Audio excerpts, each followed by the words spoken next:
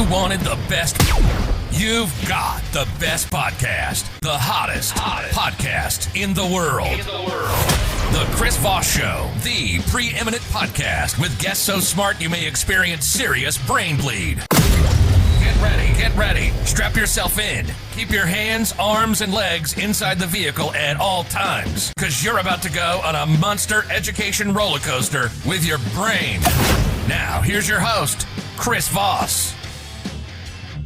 Hi, folks. Chris Voss here from the ChrisVossShow.com, the ChrisVossShow.com. Hey, we're coming here with another great podcast. We certainly appreciate you tuning in. Be sure to refer the show to your family, friends, relatives. Get them subscribing to the podcast everywhere you can do that. Go to YouTube.com/Chris Voss. Hit the bell notification button. Also go to Goodreads.com/Chris Voss and all the other groups we have for Chris Voss, the Chris Voss Show on Instagram, TikTok, all those different places.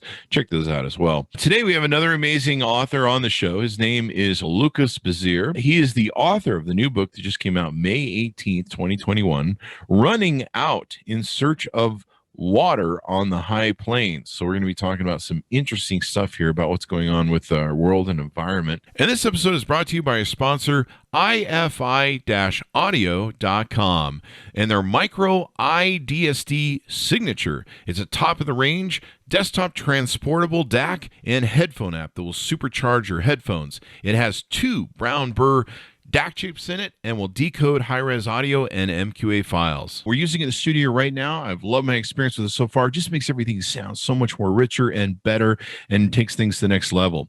IFI Audio is an award-winning audio tech company with one aim in mind: to improve your music enjoyment of quality sound, eradicate noise, distortion, and hiss from your listening experience. Check out their new incredible lineup of DACs and audio enhancement devices at ifi-audio.com. He is an American author, filmmaker, and anthropologist. His fieldwork has taken him across the Americas, from the Arctic and lowland to South America. He spent over a decade spent with the recently contacted Arroyo people, I'm not sure if I'm saying that correctly, in the Gran Chaco of Paraguay. I'll stand to be corrected after this, I guess. His travels brought him back to his ancestral homes in the Great Plains, and he is currently an associate professor of anthropology at the University of Oklahoma. Welcome to the show, Lucas. And did I butcher the Arroyo people? Thank you so much for having me, Chris. Yes, you butchered that. I'm sorry. But it's all right. It's Arroyo. How do you pronounce it? Arroyo. Arroyo. So yeah. My apologies to the audience. We just lost the Arroyo people. Gran Chaco, Gran Chaco, yeah. Gran Chaco?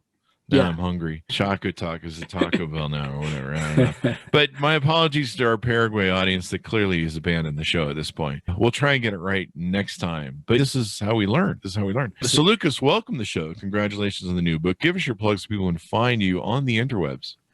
Thank you. You can find the book at the Princeton University Press website or on Amazon. You can find out a little bit more about me and my projects at my website, lucasbessire.net.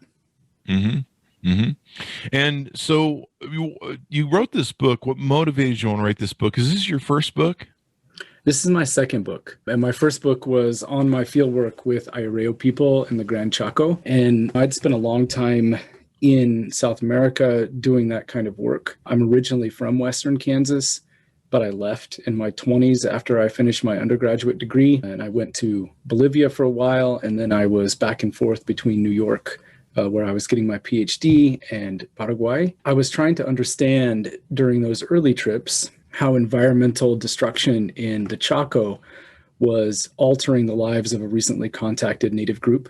And that's what my first book explores. But then I returned home only to discover that a similar process was unfolding on the plains where I grew up. Oh, wow. And that had to do with the extreme depletion of the Oglala Aquifer. The book began because I didn't know what to do with that. Mm-hmm. I was trying to understand how those logics were actually replicated in my own family history, how I was implicated in the things that I had been critiquing somewhere else, and how I could try to grapple with that environmental crisis, which was coinciding in 2016 with the rise of the American far in the public sphere, and with my own efforts to reconnect with my father and build a relationship that was more sustainable with him. It started there, and that began a journey for 2 years back and forth to Western Kansas that brought me face to face with my own complicity. It brought me face to face with the problems of industrial agribusiness in that area, and also with the kind of bigger conundrums of American democracy that many of us are trying to understand and grapple with, how we can get out of some of the divides that are really fracturing this country. So that's what the book was really trying to do. And along the way, I discovered my grandmother's archives, which I didn't know really existed. And it turns out that she was a local historian. She had been working on similar questions, and those archives gave me a kind of orientation or a guide through some of the more complicated layers of my own family history. And then eventually, it turns out that I discovered that my own kind of emotional registers or habits that I learned from my family were really mirrored in the dilemmas of aquifer depletion.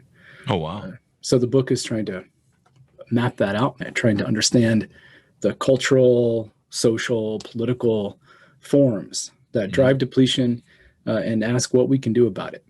Okay. I guess let's lay a foundation on a few different terms on what an aquifer is. If you could explain that to some people that might be laymen in the industry of what an aquifer is and how it works. Yeah, thanks for that question, Chris. So I grew up imagining aquifers as these kind of massive underground lakes or oceans or rivers. And it turns out that's not exactly the way that many of them are. There's a lot of different kinds. Some of them are shallow, some of them are deep, some of them are porous. They have a lot of interaction with the surface. Some of them are hardly any interaction with the surface. They don't recharge hardly at all. And the aquifer that the book treats, and that is really under parts of 8 states in America and a huge part of the heartland and drives a huge portion of American agriculture, is the Oglala Formation of the High Plains Aquifer. The Oglala Formation seems to be a singular thing, but once again, it isn't. It's a more complicated story. So what it is, this unmapped mass of water-bearing sand. Some of it is gravel, some of it is sand. Some of the pockets are big and wide and flat, and they're connected. So if you draw from one part, it takes from another part. Other places or other parts of the aquifer aren't. They're confined, they're vertical, they can be interrupted, they can be layered in a lot of different ways. And so that complexity, which again is so vast that a lot of people don't really have it figured out as a whole unit, means that depletion operates in a very particular weird way. That's not exactly the kind of imaginary that I at least had as a kid, of one cup with a lot of different straws in it declining at the same rate. It's not really like that. So what's the size of this aquifer that you're talking about, this big one? It's huge.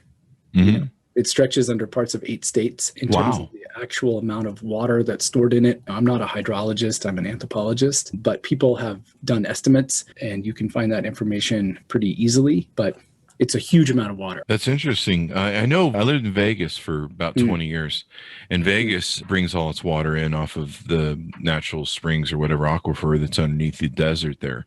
A lot of people think the water comes from Lake Mead, but it doesn't. They have these pumps, as you probably know. They pump the bad water down into the ground to let it filter it, and they pump the other water up, which is an interesting thing, how they do that. Are you familiar with how that works in Vegas, I imagine?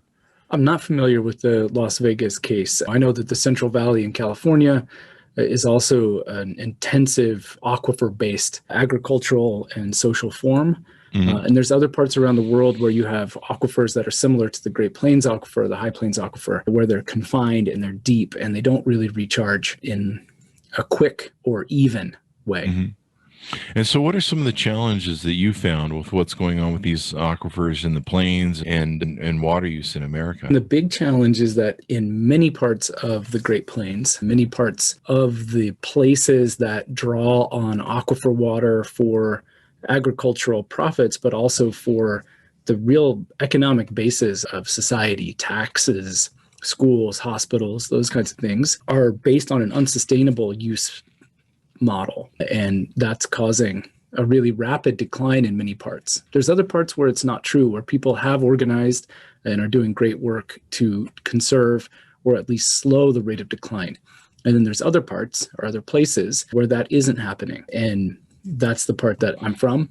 That's the part that I'm trying to understand, which is that's largely Kansas then? the southern states, the southern portions of the aquifer. There's parts that are already effectively depleted.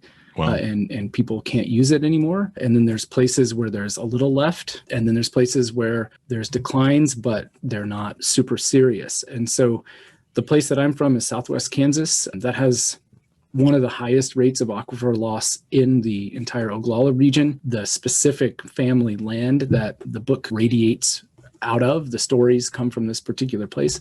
That place has one of the highest rates of loss in Southwest Kansas, which means it has one of the highest rates of aquifer loss in the entire world. And you're talking about declines. I think the median decline across the Oglala or across Southwest Kansas is around 105, 106 feet, but some places have a lot more.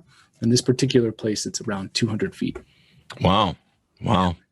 So once these aquifers run out, do they refill in any way, shape, or form, or does it take a long time for water to trickle down, get down there, and refill them?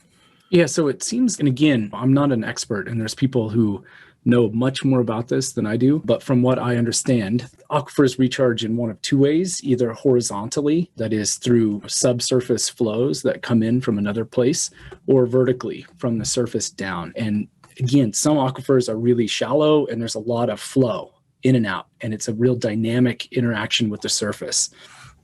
Other aquifers and other parts of the same aquifer may be deep and confined without a lot of vertical flow at all. And the portions of the aquifer that I'm concerned with, or that I was writing about, have an extremely low rate of recharge. They're considered fossil waters or non-renewable waters, which means they're almost sealed off in many places from any interaction with the surface. And the horizontal flows are also diminished or blocked in many places. So you're talking about a recharge rate in certain places that's 1/10 of an inch per year.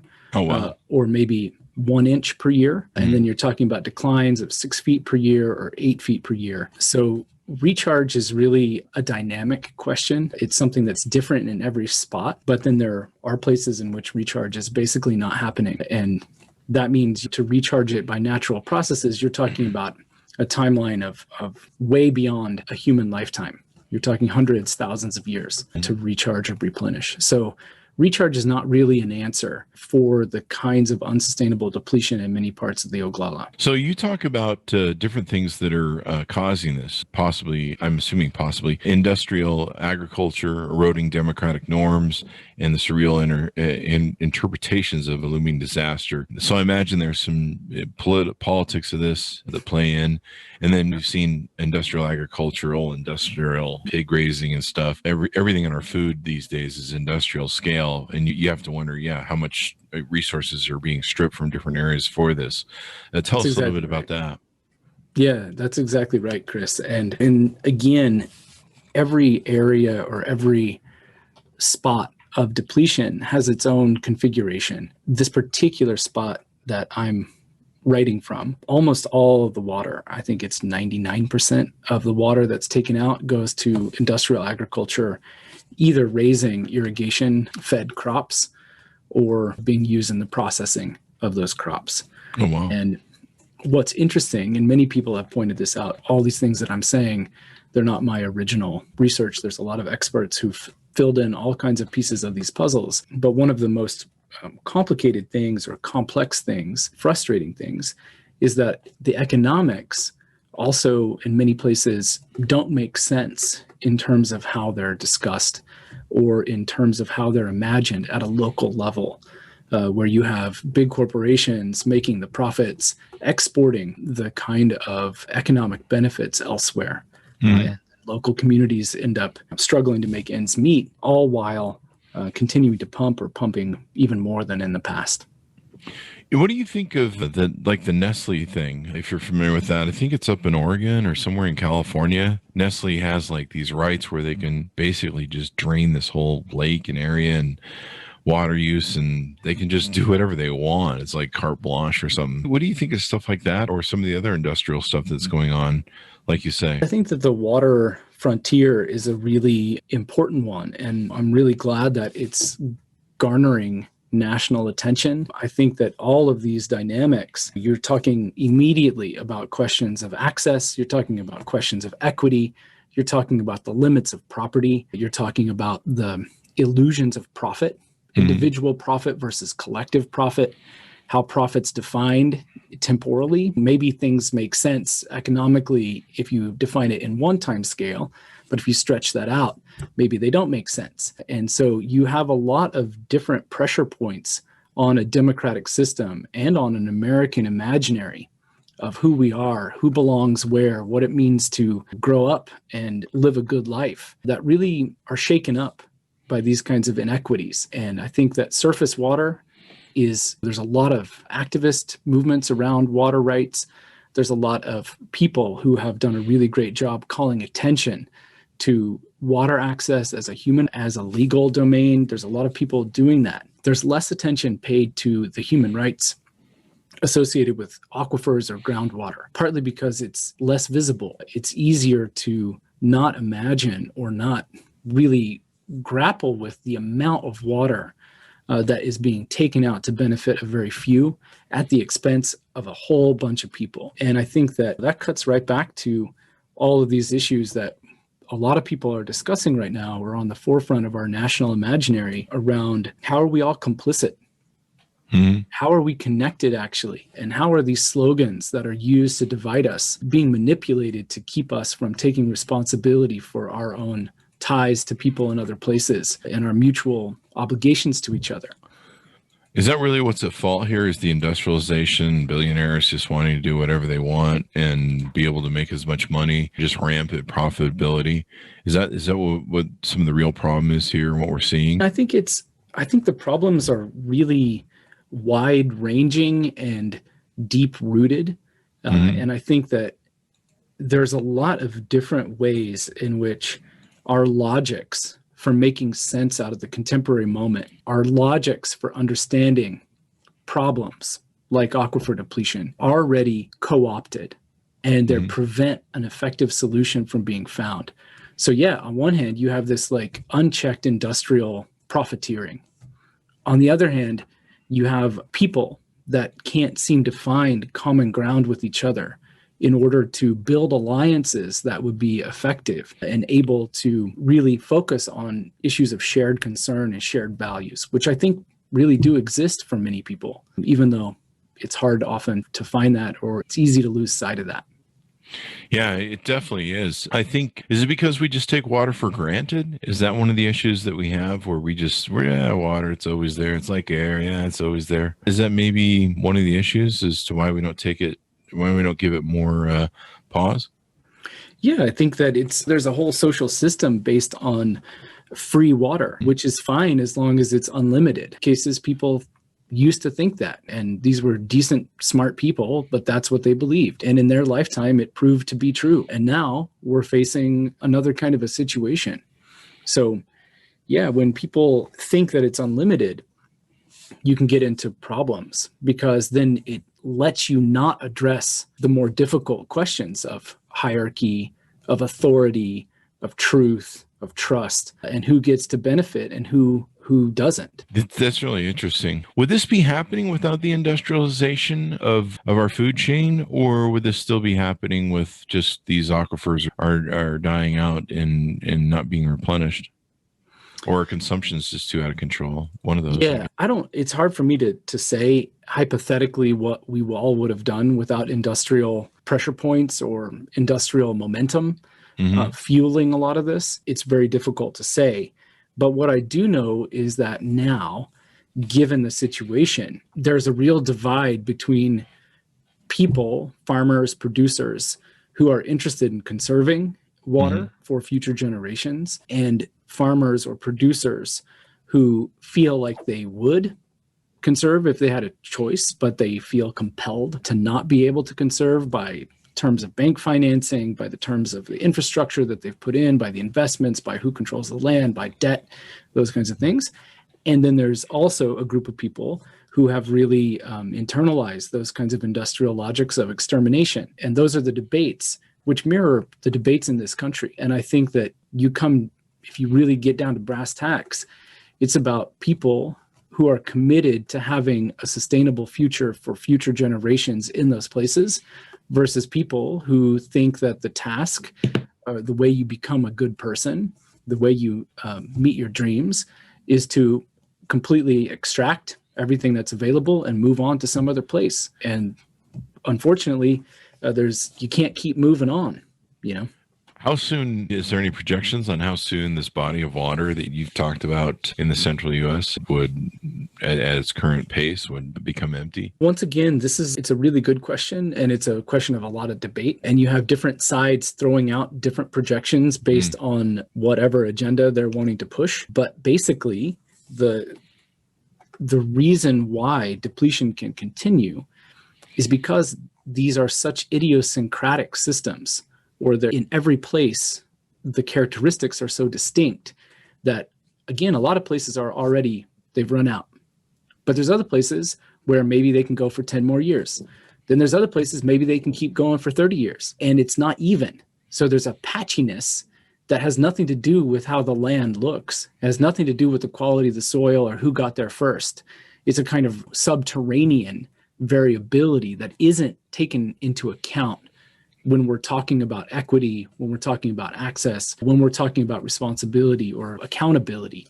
Who is accountable for draining which piece? That all comes down to what that piece looks like and the particular history in that place. And so the short answer to that question about ultimate timelines is that there's multiple different timelines for different places. And some places, again, Texas Panhandle, Oklahoma Panhandle, Southwest Kansas, Western Kansas, they're already out. And it ain't going to come back. And then there's other places where nearby, a place that's completely out, they have water, they can keep going. And the question is, at what point do you have a bigger reckoning around that kind of perpetuation of haves and have-nots in rural America as well? Wow. So do you talk in the book about how we need to fix this? We just need to come together politically, which doesn't sound like that's going to happen. Do we have to go through a crisis thing where we run out or somebody runs out and all of a sudden we have to start running around with their hair on fire and we should finally do something about this? That classic crap that we always do. Yeah. Again, to be fair, there's a lot of people who are really great people, super smart people, super dedicated people, super committed people who are spending a huge amount of energy working on this and are actively involved in trying to figure out a better way forward. That said, I think that in Kansas, at least, there are political solutions that are available. The state can take action. The local groundwater management districts, which were set up in the 1970s to basically create a kind of intermediate political structure between local communities and the state, because a lot of people didn't want the state telling them what to do. So they set up these kind of other organizations. Those organizations could do something. They're in charge. They have that authority. But the trick is that in Kansas, at least, only certain people can participate in those intermediary political forums. And those people are only the producers who benefit from draining the water. So the townspeople, the people that don't own land already, i.e. the not privileged people, have no say in the democratic process. And that's the vast majority of citizens in that area. So you could reform those political organizations to give more people a seat at the table that actually will determine their own futures. The state could intervene. That's politically difficult often in Kansas, and citizens can take action. So there are clear solutions. The ultimate answer is a zero net loss policy where you can preserve the things that are there. You can actually do studies that take into account the differences of aquifer regions and build a kind of framework that is an honest, real, hard look at the situation. Wow. And that's different, of course. I have to be careful. That's particular to Kansas and this particular thing. Different states have different laws, work in different ways. Different policies are in place in other places. So, yeah, water law is all over the place with all the different things that are out there. So this is very interesting. So people can get a good sense of what's going on with our water supplies, what's going on with everything in our world, and hopefully how to resolve it. Any parting thoughts about the book and what's inside of it that you want to share or tease out to people? It's a real privilege to be able to share part of my story, which is a family story as well. And I think that one of the things that all of us are called to do at this moment of crisis and change is to really take a hard look at where we come from and how we're complicit, and to get beyond this kind of rural, urban, progressive, conservative divide and start looking at the things we have in common with other people, as tough as that may be. Wow. Yeah, that's definitely what we need to do, and somehow get on track. We've got to quit consuming everything and just breeding. There's like it's going out of style, because everybody thinks resources on this planet will live forever. And I think coronavirus shows us that the planet's getting sick of us. Yeah, that's right. The planet, I think we're done with you. Let's try and figure out some ways that we can get rid of you guys. Thin the herd out a little bit. But yeah, it's definitely something we got to be concerned about. So Lucas, it's been wonderful to spend time with you today and learn all this stuff. Give us your plugs so people can find you on the interwebs. Yeah, you can find the book on Amazon. You can find the book at the Princeton University Press page, and you can find a little bit more about me at my website, lucasbessire.net. There you go. And Lucas, thank you very much for being on the show and sharing this data with us. Hey, Chris, I really appreciate it.